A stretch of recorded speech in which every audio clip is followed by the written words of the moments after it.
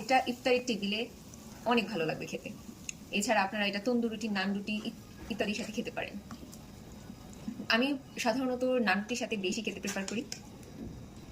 মায়ের হাতের ঝাল ঝাল মুরগির গোস্ত তো আমরা সবাই খেয়ে থাকি, তাই আজকে ট্রাই করলাম ডিফারেন্ট স্টাইলের একটা মুরগি রান্না। আসসালামু আলাইকুম সবাইকে, তোমরা সবাই কেমন আছো?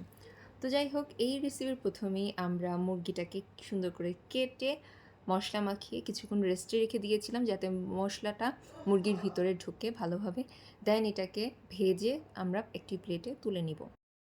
এখন দিচ্ছি আমরা আলুগুলোকে কিউব করে কেটে হলুদ মরিচ দিয়ে রেখে রেখেছিলাম।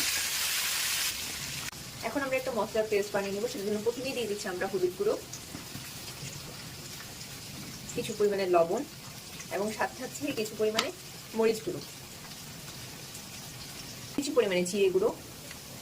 এখন দিয়ে দিচ্ছি কিছু পরিমাণে গরম মশলা গুঁড়ো। এখন আমরা এটাকে একটু নেড়ে চেড়ে মিক্স করে নিব। মিক্স করে 5 মিনিটের জন্য রেস্টে রেখে দিব।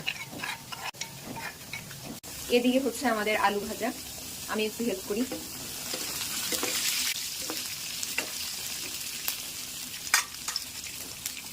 আলু চপ বানানোর জন্য আলু সিদ্ধ করা হচ্ছে। এখন আলু ভাজা হয়ে গেছে, এখন এটা নামিয়ে দেবো আমরা। এখন দিয়ে দিব কিছু কিউব করে রাখা পেঁয়াজ এবং রসুন।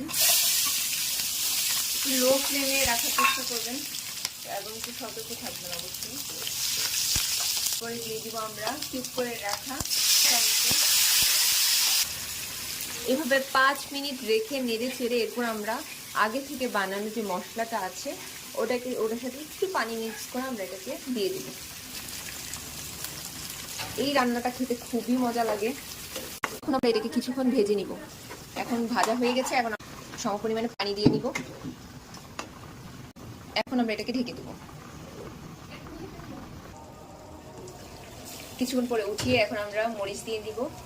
আমরা মাঝখান থেকে কেটে নিয়েছি মরিচগুলো। এরপর আমরা জাস্ট এটাকে ভাজা ভাজা করব। সাথে কিছু সস দিব। এই সসটা দিলে টেস্টটাই অন্যরকম হয়ে যায়।